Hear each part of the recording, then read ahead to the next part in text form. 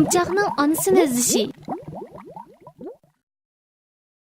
Bir ko'lchakda bir to'p qumchaq yashaydi ekan.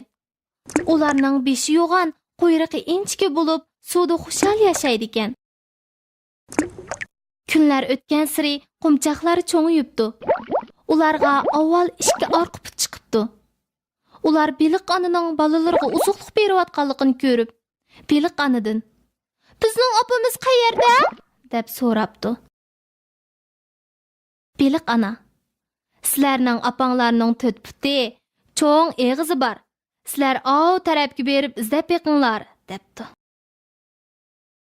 Qumchaqlar opasini izlash jarayonida uza ularga yana ishga oldi put chiqibdi. Ular bir yerga kelganda toshbaqaga uchrabdi.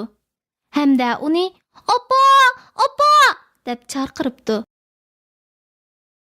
Toshbaqa kulib turib: "Men sizlarning opanglar emas. Sizlarning opanglarning pol tuyib chiqqan döp-dögülek ko'zi bor.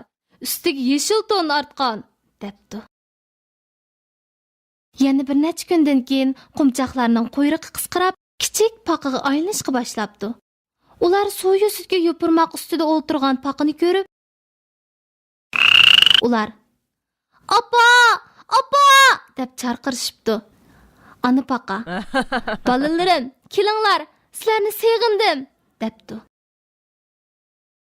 Kichik paqalar yopirmoq ustiga bir-birlab sakrab chiqib, ana paqaning qo'yniga o'zini etibdi.